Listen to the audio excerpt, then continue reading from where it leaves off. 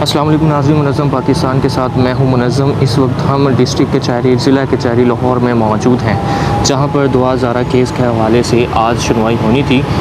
अगर हम बात करते हैं, दुआ ज़ारा की जानब से एक एप्लीकेशन दायर की गई थी जिसमें दुआ ज़ारा ने कहा था कि मेरा मेडिकल दोबारा करवाया जाए, लेकिन इसके साथ ही साथ कल सिंध हाई कोर्ट ने यह फ़ैसला दिया था कि दुआ ज़ारा को लाहौर से कराची मुंतकिल किया जाए, लेकिन इसके लिए एक बाकायदा ऑर्डर की ज़रूरत थी।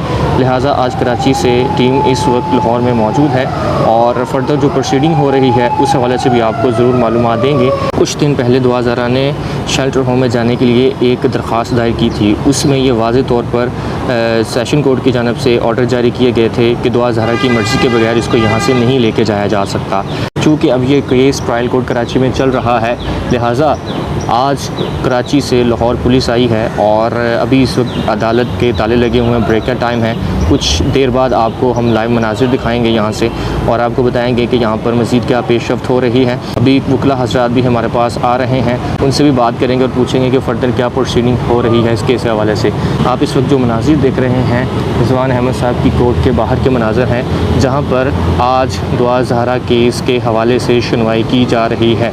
इस केस को यहाँ पर पुटअप किया गया और यहाँ पर आज काफ़ी बहस व तकरार भी हुई है। ये आप पिक्चर्स भी देख रहे होंगे। ये सारे वकला हज़रात जो कि मेहदी अली काज़मी साहब की तरफ से पेश हुए, जिनमें बदर एंड बदर एसोसिएट्स के भी कुछ लोग मौजूद हैं और इसके अलावा जिब्रान नासिर साहब की टीम से भी कुछ लोग यहाँ पर आए हैं। अब देखना ये है कि ब्रेक के बाद जब अदालत खुलती है तो क्या फ़ैसला करती है और दुआ ज़ारा को यहाँ से कैसे कराची के लिए मुंतकिल किया जाएगा। जो भी रियल स्टोरी होगी, जो भी हक़ाइक़ होंगे, इससे आपको आगाह करेंगे। हमारे साथ जुड़े रहिएगा।